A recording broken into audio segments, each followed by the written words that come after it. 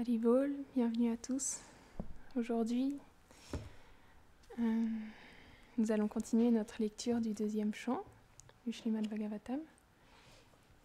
Je demande les bénédictions de mon maître spirituel, de la filiation spirituelle et de tous les dévots assemblés pour pouvoir parler sur le Śrīmad Bhagavatam aujourd'hui. Om Namo Bhagavate Vasudevaya.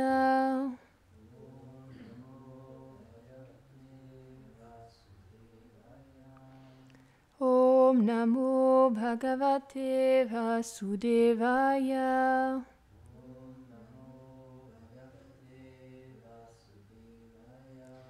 Om Namo Bhagavate Vasudevaya.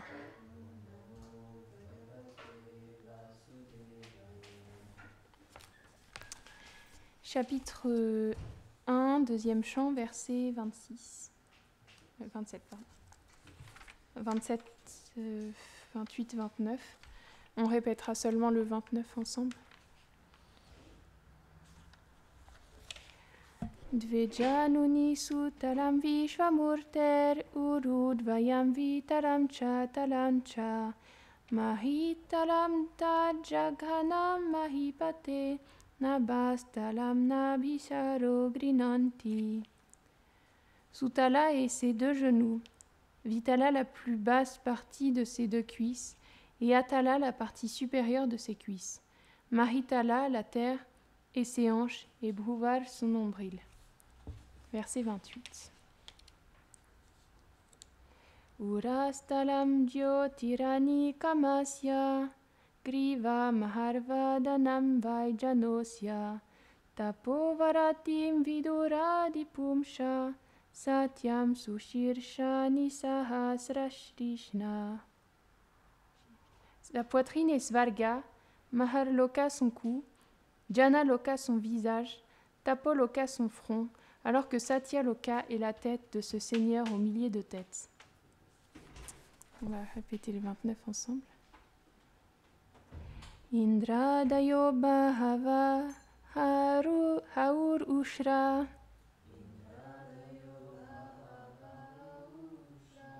Karno disha shrotram amushya sabda.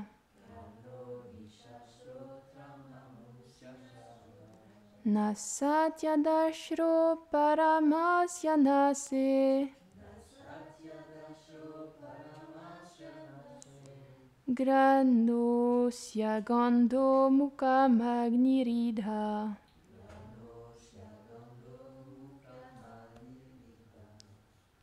Il est dit qu'Indra et les autres demi-dieux représentent ses bras, les directions ses oreilles et le son de son organe de l'écoute, les jumeaux Ashwini Kumars.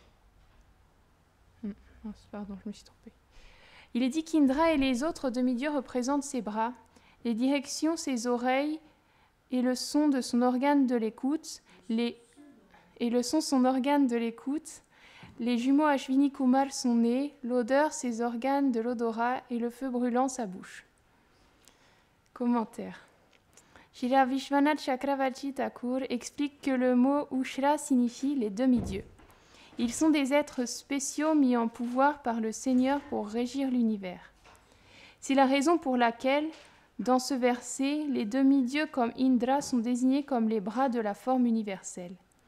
Les directions sont ses oreilles et le son ses organes de l'écoute, ce qui implique que les autres sens, les objets des sens et les autres demi-dieux sont compris dans cette forme d'une manière similaire.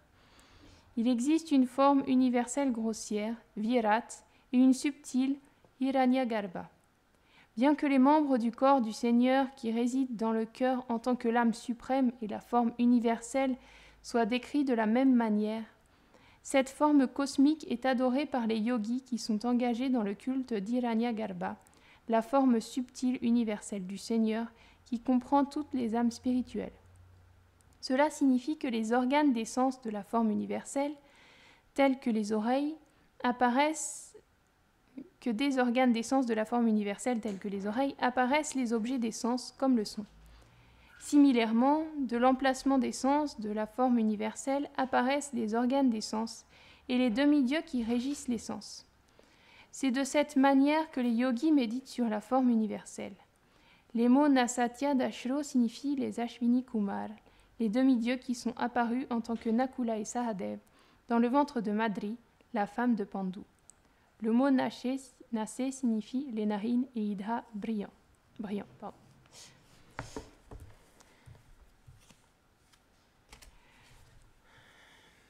Om Gyanati Mirandasya Gyananjana Sharakaya Shakshurun Miritam Yena Taismai Shri Gurave Namaha. Jaya Shri Krishna Chaitanya Prabhu Nityananda Shri Advaita Gadadhara Shri Vasadi Gora Bhakta Vrinda Hare Krishna Krishna Krishna Hare Hare Hare Rama Rama Rama Hare Hare Vrindaye Tulasi Deviaye Priyaye Keshavasya Krishna Bhakti Praderevi Satyavati Namo Namaha Vanchakalpa Tarubhyascha Kripa Sindhubhya Evacha Patitanam Pavanebhyo Vaishnavebhyo Namo Namaha Namam Vishnu Padaya Krishna Prashtaya Bhutare Srimate Bhaktivedanta Swaminiti Namine Namaste Sarasvate Deve Gauravani Pracharine Nirvishesha Shunyavadi Paschatya Deshatarine.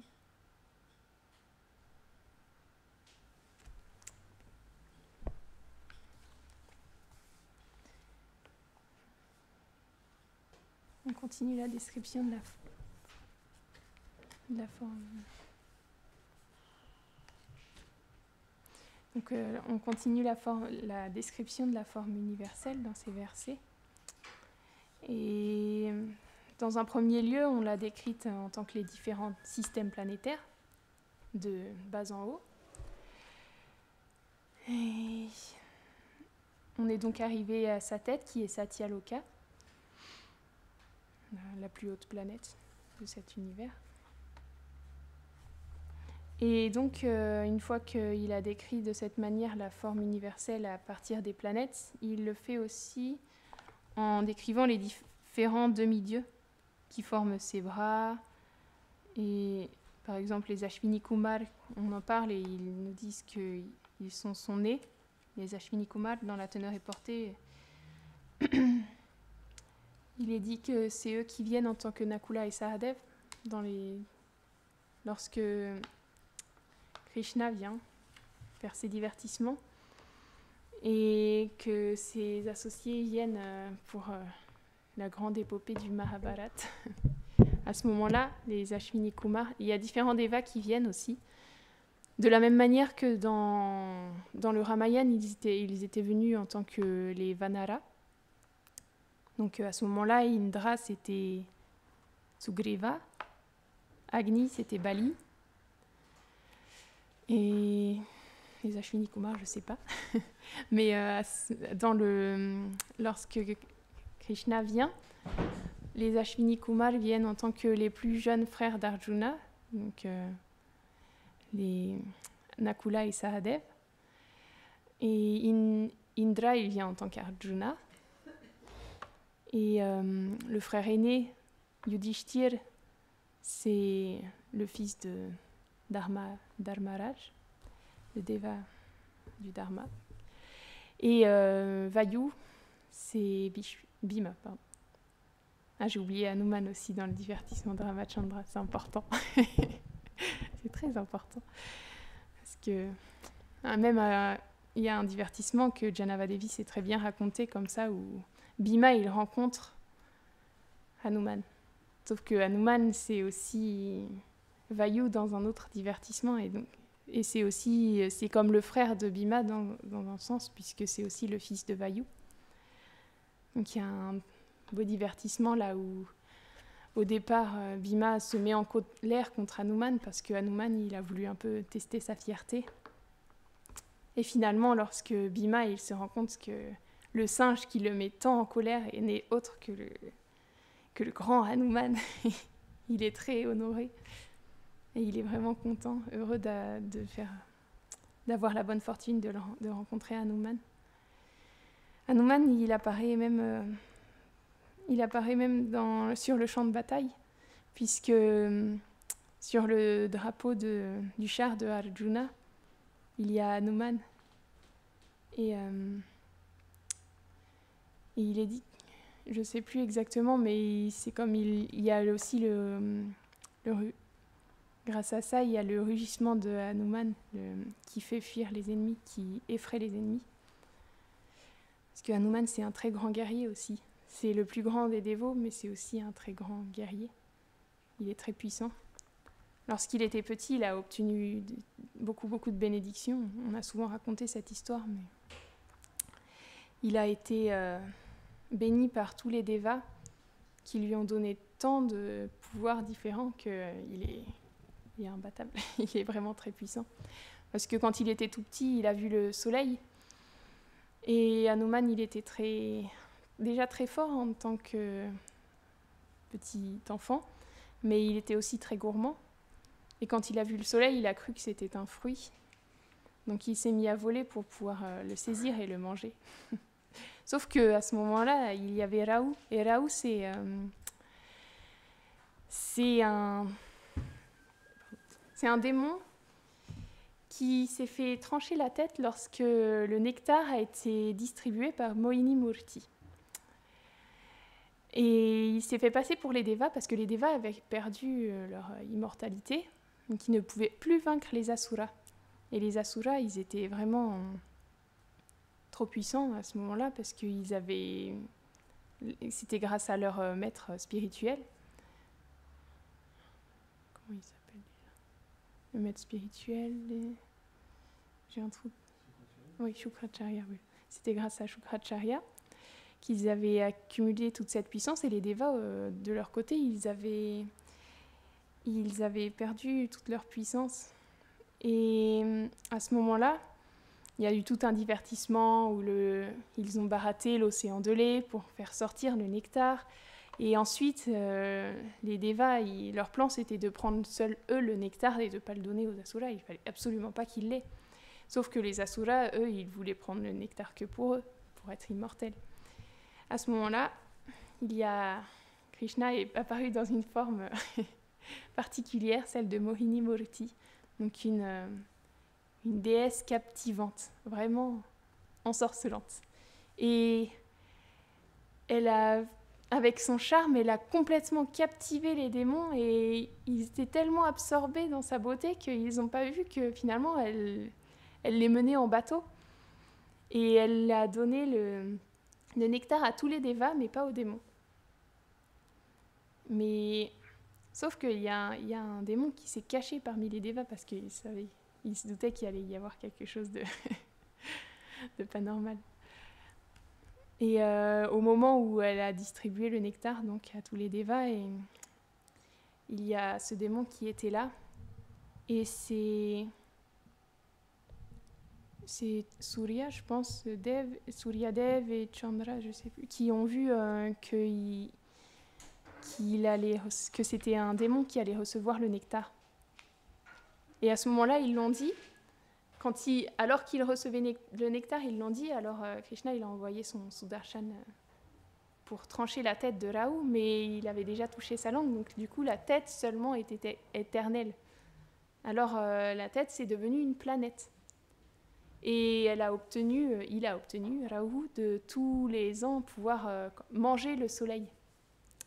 C'est le jour de l'éclipse solaire.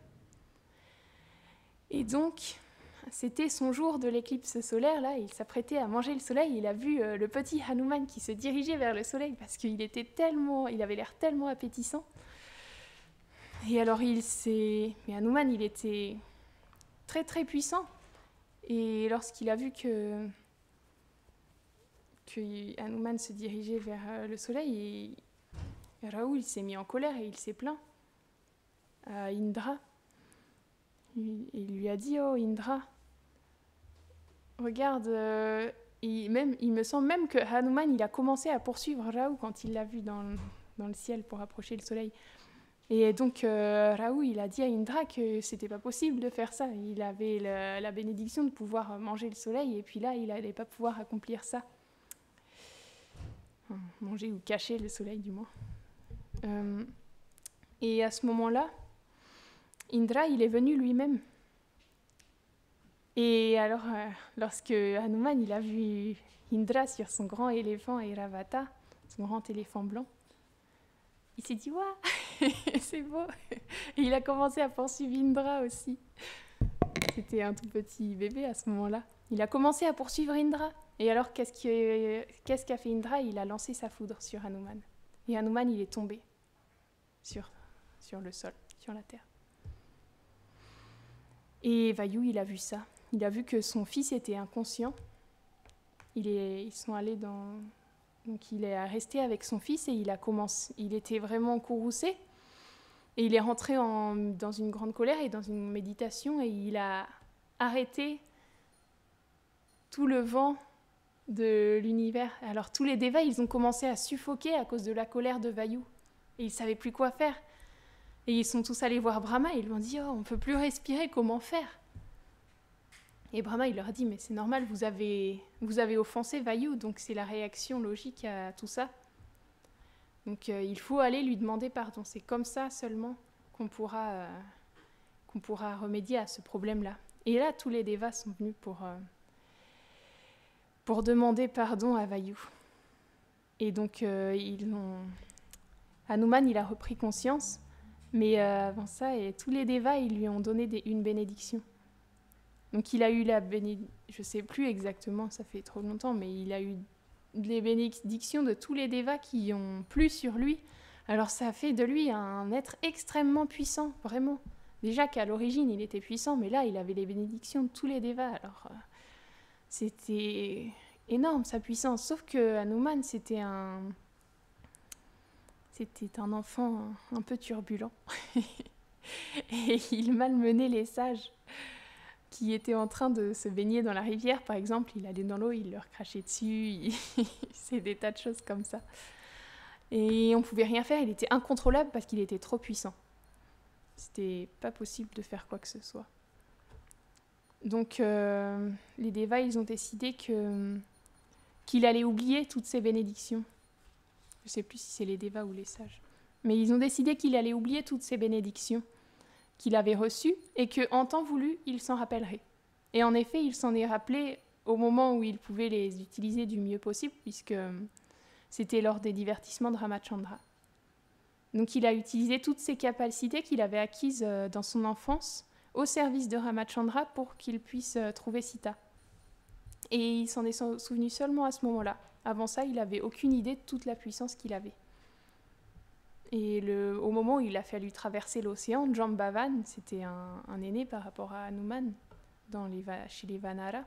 Jambavan, il lui a rappelé qu'il avait la puissance de sauter par-dessus l'océan sans aucun problème et d'aller chercher Sita.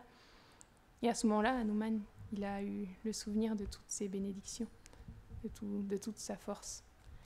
Et il nous montre aussi à travers ce divertissement comment on peut engager ce qu'on a acquis au service, le meilleur moyen d'utiliser ce qu'on a, c'est de l'engager au service de Krishna. Il a pu faire le meilleur usage de tout cela. Et c'est un très grand dévot, Hanuman. Il a tellement satisfait Ramachandra après en cherchant Sita.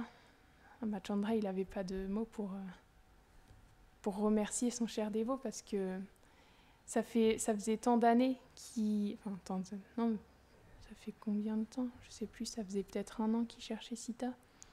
Pendant longtemps, pendant plusieurs mois en tout cas, ils étaient dans la séparation de Sita et ils ne savaient pas où elle était. Et finalement, Hanuman, il a réussi enfin à la retrouver.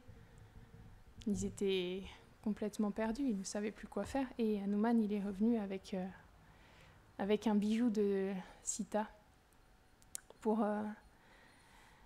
Et il l'a montré à Ram. Et c'est à la suite de ça qu'ils ont pu construire le grand pont pour partir dans la bataille contre Ravana. Et donc ce même Hanuman, il apparaît dans le divertissement de Krishna et de la même manière les Ashwini Kumar. Et Hanuman s'est expliqué que c'est aussi Shiva, parce que c'est le plus grand des dévots. Donc c'est un peu compliqué parce que c'est Vayu, c'est Shiva, c'est comme un mélange de... C'est des tattvas qui sont pas faciles à comprendre. Mais c'est Shiva, Hanuman. Et c'est le plus grand dévot de Ramachandra. Et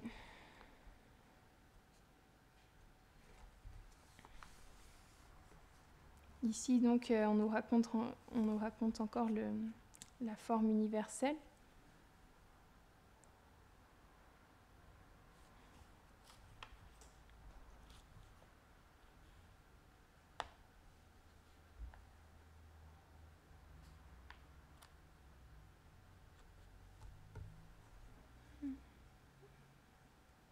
Je connais pas grand-chose sur Nakula et Sahadev.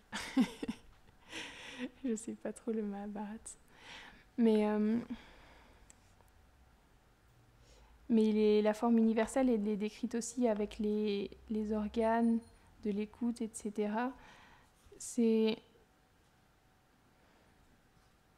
ne sais pas combien de fois elle est décrite, mais c'est vraiment une méditation qui est décrite plusieurs fois, et ça permet de voir Krishna dans tout ce qui nous entoure finalement, cette forme universelle. Et c'est comme une première étape pour pouvoir retrouver notre nature éternelle. C'est comme, en fait, en vérité, le monde matériel, il n'a d'existence que pour ceux qui... Enfin, disons que... Lorsqu'on voit Krishna en toute chose et lorsqu'on sert Krishna à travers chacun de nos gestes, à ce moment-là, ça devient spirituel, tout ce qui nous entoure, tout ce qu'on fait, tout ce qu'on touche. Donc c'est pour ça les Vaishnavas, ils ne touchent pas vraiment le monde matériel. Mais c'est les âmes conditionnées finalement qui sont dans le monde matériel, puisque c'est à partir du moment où on prend quelque chose pour soi que le monde matériel, il a une existence. C'est pour ça, Jésus il disait souvent que le royaume de Dieu, il était déjà là. C'est juste une question de conscience, de perception. Si on voit Krishna en tout ce qui nous entoure, alors à ce moment-là, est-ce qu'on peut dire qu'on est encore dans le monde matériel ? C'est ça qu'on apprend à travers tous ces écrits, à travers toutes ces classes, tout ce que les Vaishnavas disent, à voir Krishna, à pouvoir servir Krishna, à pouvoir le voir, à pouvoir se souvenir de lui à chaque instant. Et à ce moment-là, même si on est là, on ne sera plus vraiment dans le monde matériel. Est-ce que quelqu'un veut ajouter quelque chose ? Srimad Bhagavatam ki